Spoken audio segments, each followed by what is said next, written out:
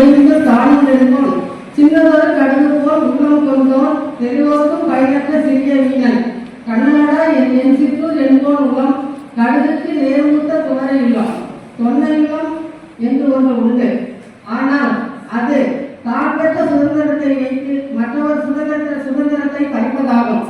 அவ்வாறு இல்லாமல் நம்முடைய நாடு நன்கு சுதந்திரத்தோடு இருக்க வேண்டும், நல்ல முறையில் இருக்க வேண்டும் என்பதற்காகத்தான் ஆரம்பத்தில் நாம் இந்த பேச்சை ஆரம்பிக்கும் போதே முதலில் இந்திய அரசியலமைப்பு கோட்பாடுகளை சொல்லி அனைவரும் உறுதிமொழி எடுத்துக்கொண்டு துவங்கியுள்ளோம். நாம் ஒவ்வொரு வருடமும் நவம்பர் மாதம் அனைவருமே அரசியலமைப்பு கூட்டம் நடத்துகிறோம். நாங்களும் அனைவரையும் வைத்து உறுதிமொழியும் எடுத்துக்கொள்கிறோம். ஆனால் களத்தில் இறங்கி தொண்டாற்றும் நீங்கள் எந்த காலத்திலும் அந்த உறுதிமொழியை அனைவரையும் எடுக்க செய்து அனைவரையும் நல்லது செய்கிறீர்கள். போதைப் பொருட்கள் என்றாலே சாராயம், விஸ்கி, பிராந்தி, கஞ்சா இது மட்டும் அல்ல. நம் மனதில் ஒரு மயக்கத்தை ஏற்படுத்தி அதனால் ஒரு கெட்ட செயல்கள் செய்வது அனைத்துமே ஒரு போதைதான். புகழ் கூட ஒரு போதைதான். ஒருவரை புகழ்கிறோம் என்பதற்காகவே தன்னிடம் இருப்பதை கூட மற்றவர்களுக்கு கொடுப்பவர்கள் இருக்கிறார்கள். அந்த புகழ்ச்சியில தான் இருக்கு. எப்படி புகழ்ந்தோ அவங்களிடம் கொடுக்கலாங்கிறது ஒண்ணு, நல்ல விதமாக புகழ்வது ஒன்று. அதுபோல் இப்போ உங்களுக்கு நெட்டு, அதுவும் போதைப் பொருள் என்று சொல்கிறார்கள். டிவி, மீடியா எல்லாருமே ஒருவர்களை போதைப்படுத்தினால் அதிலிருந்து அவர்கள் சம்பாதிக்கிறார்கள். அதுபோல் இப்பொழுது கடைசியாக என்ன வந்திருக்கு? ரம்மி விளையாட்டு. ரம்மி விளையாட்டுல எவ்வளவு பேர் சின்ன வயசுல இருந்தே அவங்க விளையாடி போதைப் பொருள் கடுமையா இருக்காங்க. அதுல எவ்வளவு பணத்தை தொலைச்சிருக்காங்க. அந்த பணத்தை தொலைக்கிறதால என்ன செய்யறாங்க? பெரிய பெரிய தவறுகள் செய்கிறார்கள். ஒரு பக்கம் நமக்கு தங்கம் விலை ஏறுதுன்னா அடுத்து திருட்டு அதிகமாகும், கொள்ளை அதிகமாகும். இதெல்லாம் இந்த போலீஸுக்கு தெரியும், ஜுடிஷியல் இருக்கிறவங்களுக்கு தெரியும். பொதுமக்களுக்கு விலை ஏறுது வாங்க முடியாதுன்னு நினைப்பீங்க, அவ்வளவுதான்.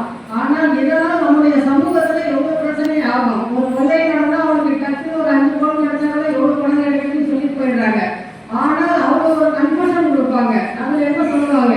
அந்த பணத்தை எடுத்துட்டு போயிட்டு இவங்கதான் பணம் கொடுத்தாங்க, அதை எடுத்துட்டு போன ஜாலியா ஹோட்டல்ல ரூம் போட்டா இருந்தோம், சீட்டானோம், குடித்தோம், இதுதான் சொல்லுவாங்க.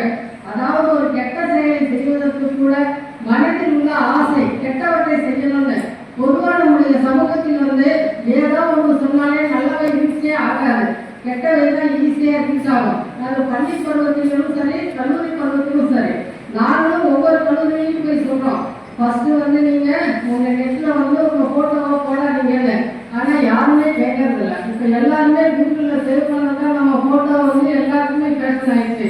டிவிலையும் அதான் காமிக்கிறாங்க, சினிமாவிலையும் அதான் காமிக்கிறாங்க. அதனால் அதே மாதிரி ரம்மி சர்க்கிள் விளையாடும் போது அந்த பணம் பத்தலன்னா அடுத்த உடனே கையாடல், அதாவது ஸ்டாஃபா இருக்கிறாங்க, அடுத்தது கையாடலுக்கு போறாங்க.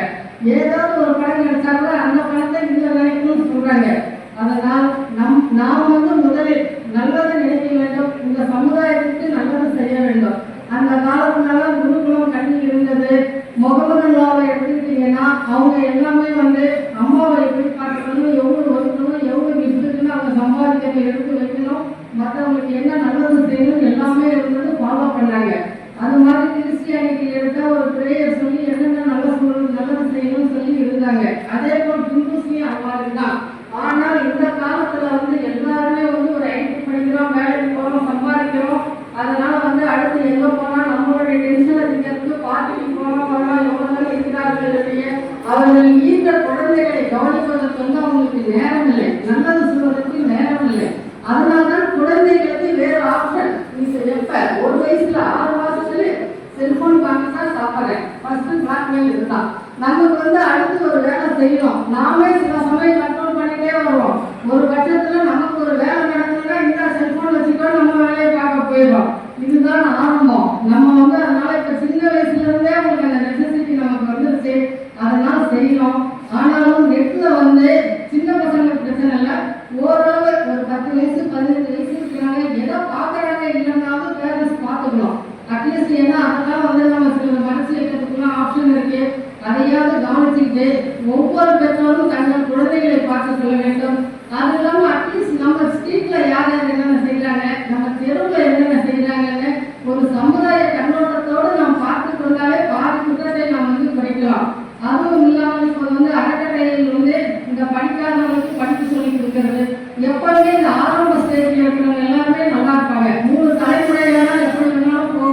போவாங்க.